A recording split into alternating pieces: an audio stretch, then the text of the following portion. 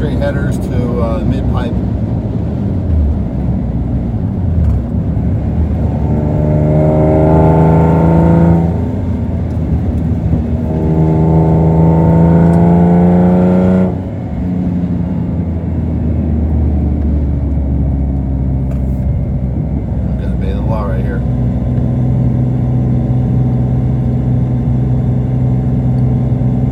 So with just a mid-pipe, no resonator, or I should say resonators, or exhaust, there's not much back pressure.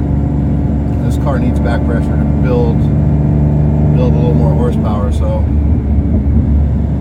don't know, it feels pretty good.